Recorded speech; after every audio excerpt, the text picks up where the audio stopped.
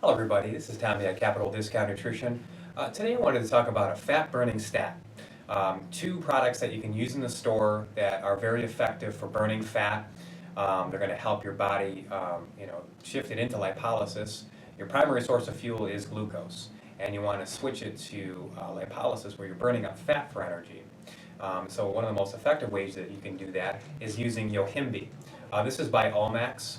This is 60 capsules.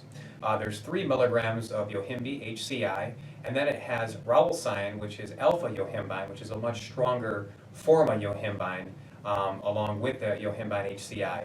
Now what Yohimbine is a beta-1, beta-2 agonist, which basically means that it increases heart rate and increases the release of fatty acids from the fat tissue into your bloodstream being burned up as a source of fuel. Now what's also interesting about Yohimbine and why it's very popular, it's an alpha-2 adrenal receptor antagonist.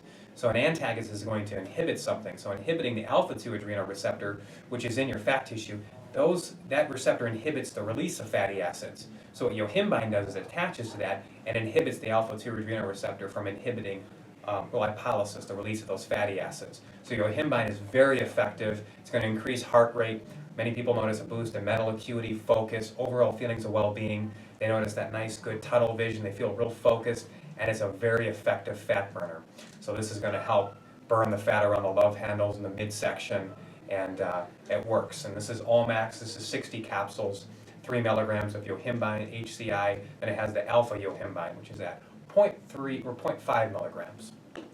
You can also take the MRM L-Carnitine, or any L-Carnitine that we sell. This one I like a lot. It's a liquid form of L-Carnitine. It's a natural vanilla flavor. L-Carnitine is really good for transporting long-chain fats from the blood into your cellular furnaces, which are your mitochondria, to be burned up as a source of fuel. So this is a nice, good kindling effect, and both of these together can be very effective. Carnitine especially is very popular. It's very good for cardiovascular health.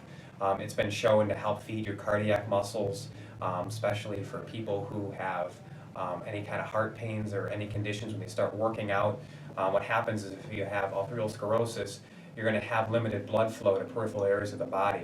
Well, carnitine has been shown to improve blood flow to the heart and improve blood flow all around to those peripheral areas, and feeds those cardiac muscles, so it keeps it going.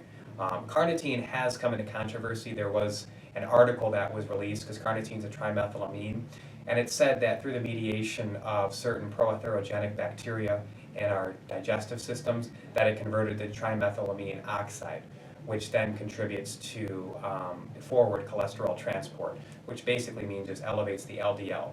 Well, the research is got a lot of holes in it, and I've gone through the research. There's about a dozen other articles, maybe even more, that substantiate and prove the benefits of L-Carnitine. And these are clinical trials. These are in vivo, which is in the living body. Many people use it in our stores. They love it. So that study that was looking into carnitine possibly converting to trimethylamine oxide in the body through the mediation of proatherogenic bacteria, still hasn't really met with any real good conclusions. You can take a probiotic, which actually balances out your gut microecology, so you don't have a dysbiosis. I would think that would be the case if you do have a dysbiosis, if you're not using a probiotic. You can balance out your good and bad bacteria. Basically, to think about bacteria or probiotics is that they police the bad bacteria.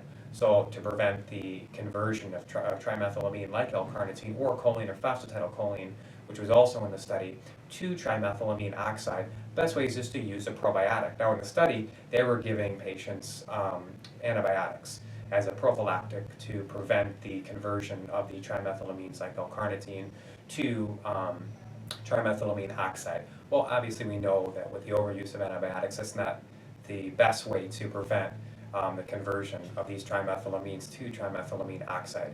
The best thing is to use a probiotic to work with the body to adhere to the Hippocratic Oath, which is let food be thy medicine, and let thy medicine be thy food. So that's just taking care of our bodies. So carnitine is completely safe. So that study, in case you saw it, really is kind of inconclusive. I went through it. I bought the study. I read it about 2 or 3 times, and basically we're just trying to find a link with people who ate meat, and they found that the saturated fat, the high sodium that is usually found in red meat, And then the heterocyclic compounds after you cook the meat weren't causing cardiovascular disease. So they were looking for this unknown X that can do that. And they thought, well, maybe the commensal intestinal microbiota or our digestive bacteria. And they thought, well, must be the key. That must be what's happening. And they said, well, trimethylamines like carnitine or choline or phosphatidylcholine must be being converted to trimethylamine oxide, which causes forward cholesterol transport or the elevation of LDL. Well, it's just the opposite, and if you take a probiotic, it's going to balance out those bad bacteria and prevent those proatherogenic bacteria from converting carnitine to trimethylamine oxide. So it's just taking care of your body and adhering to that Hippocratic oath, which is let food be thy medicine. So L-Carnitine is completely safe. It's going to help carry those long chain fats from the blood into your cellular furnaces, which is the mitochondria, and help burn that fat up. And this is also going to help with anybody who has mitochondrial dysfunctioning. And that's where aging is. Many people are looking to carnitine, resveratrol, NAR-alpha-lipoic acid, especially carnitine, to help prevent aging, to prevent senescence. And these things can help activate sirtuin genes, which are the anti-aging genes. So a lot of studies are showing that carnitine is extremely beneficial, and these studies have been out for years. So one study doesn't negate, all the studies that have proven that carnitine is beneficial. So I digress. But carnitine with Yohimbine are two great fat burners. You can take them together or just take them on their own. Yohimbine is very effective right along with L-Carnitine. Thank you very much, and please visit us at any one of our 4 locations. Thank you.